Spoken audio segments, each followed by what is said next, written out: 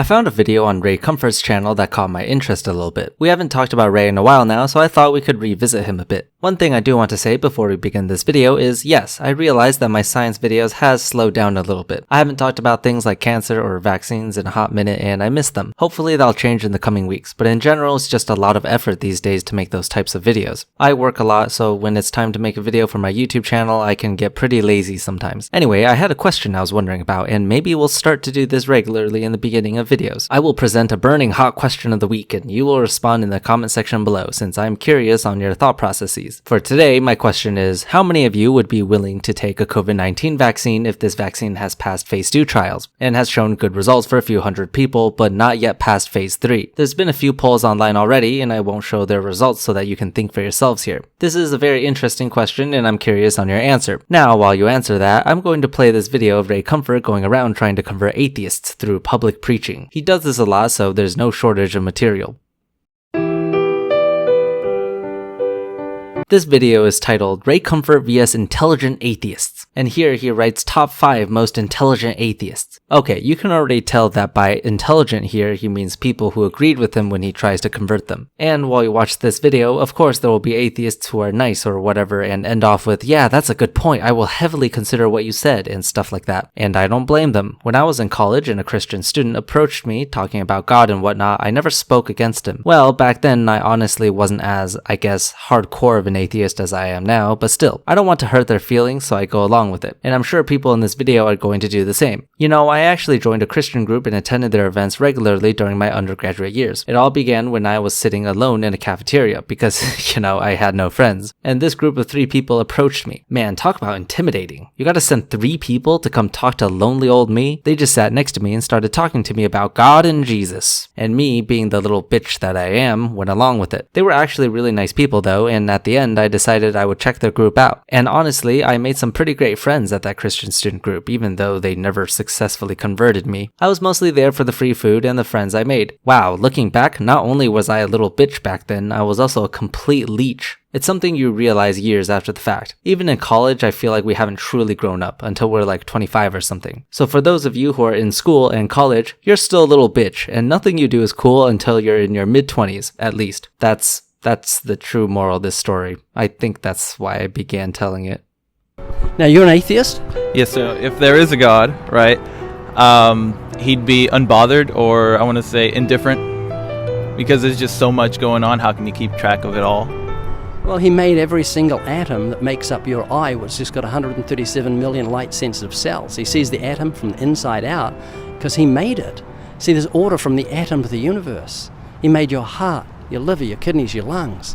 They're all independent functions. You know what's really interesting? There's a medical condition called early pregnancy renal anhydramnios, and it's a condition in which the fetus does not have enough amniotic fluid around itself due to a problem with the kidneys. Now, what ends up happening with this condition, although relatively rare, is that the fetus cannot fully develop its lungs and ends up dying. There's no chance of survival without intervention. So the question is, you claim that God has created all your organs and you named a few including the lungs. So if God so meticulously designed your lungs, why is it that for some people he's just like, nah, you don't get any, and then you die? Seems kind of unfair, especially for a fetus that has yet to do anything with his or her life, and therefore has not had the opportunity yet to sin.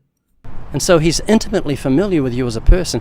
Every long hair on your head is numbered by God. Did you know that? I did not. Yeah, because he made every one, and it's living, and it grows, and it gets fed by the food you eat. So does this make sense? Yeah, it does. You're going to think about what we talked about? Probably. Probably? More than likely. More than likely? It's looking very positive. Oh, that's great, John. I can hug you. Ah, yes, the classic nice atheist who won't talk back to the preacher. I mean, I don't know if this atheist has been converted, but I feel it's more likely not. This is the same reaction I used to have. I wouldn't talk back to a preacher and act as if I'm going along with what he is saying. That was back then. At least now, if it happens, I would probably just say I'm not interested and then give him a good old spanking. Why are you an atheist? It's just my personal belief, sir. I'm not saying will you convert to Jesus Christ, but will you become a theist if I can give you evidence that God exists, empirical evidence? This shit better have been filmed before the pandemic, otherwise I'ma lose my shit over those exposed faces. We'll see what you can do. Well, I want a yes or no from you to see if you're seeking truth or you're just using atheism so you can fornicate and look at pornography without qualms of conscience. I don't think that's my main motivation. What's your main motivation?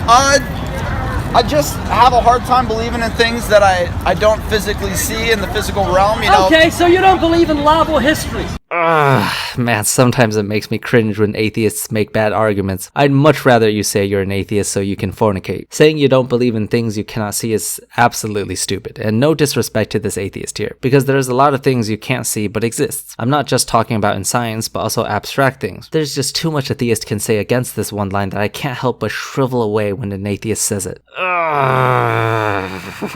Now Ray Comfort is going to think he wrecked the atheist. I can't, dude.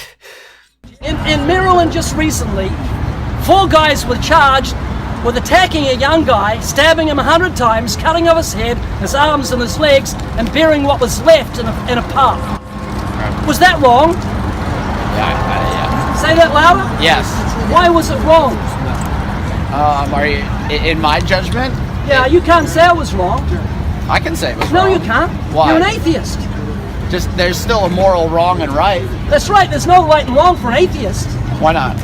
Because you've got nothing to judge it by. You've got no objective standard. Of course I have an objective. Okay, why was it wrong, Seth? Because I get what you're getting at here. Okay, so again, you don't respond by saying atheists have an objective standard of morality. That's just... Atheists, or anyone in fact, don't have an objective standard because objectivity does not exist when it comes to ethics. This is evident by the fact that every culture has a different sense of morality, and morality evolves over time. If it were objective, then everyone, no matter where you're from, would have the same moral compass. Not to mention that even if God existed and told us what was right or wrong, that would still be subjective because God determined that. Morality is determined by the culture, which is essentially agreed upon by everyone in the population. The fact that it doesn't represent everyone in the population is also evidence that morality is subjective. Theists often use murder as an example that everyone agrees is wrong. But if you choose something so extreme like that, it's hard to find someone who thinks otherwise. Rather, what about something else, like jaywalking? Is that right or wrong? I'm sure that many people will have differing opinions. But, you know, just in my personal What am I beliefs, getting at? You're getting at that it's about the commandments. And, Yes, that's and right, because they're whatnot. written on your heart. Uh-huh. Conscience means with knowledge. The reason you know it's wrong is because you're a human being. You're not a dog or a cat. You're made in the image of God with a knowledge of right and wrong. But humans are not the only ones with a sense of right or wrong. Other animals will not murder each other. Piranhas will not bite each other. Mice will choose to save another fellow mouse instead of going for cheese. That last one was actually done in an experiment. So what makes humans so special? Sure, we have the intelligence to come up with more complex morals such as no jaywalking, but that doesn't undermine the ethical sense that animals have. You said if somebody came up and wanted his shirt and was going to kill him for it, he'd be afraid of dying because he was going to hell. No, he'd be afraid to die because he loves his life, and he doesn't realize how much he loves his life until someone tries to take it. It's like your eyes, you probably take them for granted until someone comes up and says, I want one of those. You'd say, don't you dare. I love my eyes. This reminds me of a question I always wondered but never asked a theist. You know how if you're born into this world, you essentially are being tested, and whatever you do here on earth would translate to the next life, whether it be heaven or hell. If a person dies, let's say while they're a baby, before they get a chance to know Christ, then they automatically go to heaven. At least that's what I've heard multiple theists say. Because, you know, they wouldn't have had a chance to sin. In that case, since this life on earth is temporary, wouldn't someone be doing a bunch of favors by going around murdering babies? You could send them to heaven without giving them a second chance to go to hell. Sure, God may not like the fact that you're murdering others, but you could sacrifice yourself for the greater good and send a bunch of people to heaven who would have otherwise perhaps went to hell. So actually, if you think about it, they're doing good, so that shouldn't be a sin. So you're going to heaven. Yes, sir. So it's better than life, right? It's not better than life. It is life. It's just an extension of this life. Okay, so if heaven is an extension of life, we are essentially living in heaven right now. That's pretty much what you're saying. Maybe for you, Ray Comfort, but there are too many people who live awful lives, living in poverty, dying at young ages, contracting genetic diseases, for me to call this life the same as heaven. Heaven must be pretty awful then. Okay. So if I really wanted your shirt and said, I'm going to kill you for it, do you want to die? You know what I'd say to you? You can have my shirt. I'll give it to you as a gift. I like it. I kind of want your shirt. You've got it. There you are. That's all you're getting, okay? I'm Stay actually there, gonna- stay there. Now, if you die tonight, where are you going? I'm going to hell. Now, does that worry you? Nope. You I got love a shirt. pain? I got a shirt, bro. Man, I wish I had a shirt. You believe what scientists say? You're made of stardust. Do you believe that? That's what I do. scientists tell. So you're made of dust like the Bible says. But it's not stardust, it's dust of the earth. They're partly right. And you're going to turn back to dust, from ashes to ashes, dust to dust when you die. We don't actually turn into dust when we die. No idea where that came from. Our bodies decompose and turn into reusable molecules, including different types of carbon and nitrogen molecules, which then get recycled. Our bones, however, will most likely stay. So saying we turn into dust after we die is completely inaccurate. Wait, but women were made from a rib, right? So they were made from bones? So when women die and become a skeleton, I guess that makes more sense? You were telling me you're a scientist and that you've got a scientific background? Science, well, I've always been a follower since I was a little kid in astronomy. I look up at the stars and I think, I don't know how beautiful the universe is, and Who made it? who made it? We don't know. Well, you don't know. You don't know either. Yes, I do. No, you don't. Yes, I do. Oh, God created the sun. oh. I like this guy already. He has some very interesting reactions to Ray Comfort, so I'm going to end this video here playing some of the interview. You don't believe in God's existence? No, So- you don't have the facts. Yes, I do. You don't. do. It's false belief. It's not. Because you read the Bible, that's fine. It's a great book. But all these things, God did this, God did that, and yet here we are in our modern society, and you go back to Sodom and Gomorrah, he destroyed the city. Well, why don't we continue doing that? There's worse things in the world now than there was then. Now, Jesus said if you look at a woman and lust for her, you commit adultery with her in your heart. Have you ever looked at a woman with lust? Of course, I'm only human. So, Frank, Who lives a perfect life? I'm not judging you, but you've just told me you're a lying, thieving, blasphemous adulterer at heart. Now, here's the big question. If God judges you by the 10 Commandments on Judgment Day, you're going to be innocent or guilty? Oh, I'd probably be guilty. Heaven or hell? No, she would... Hell...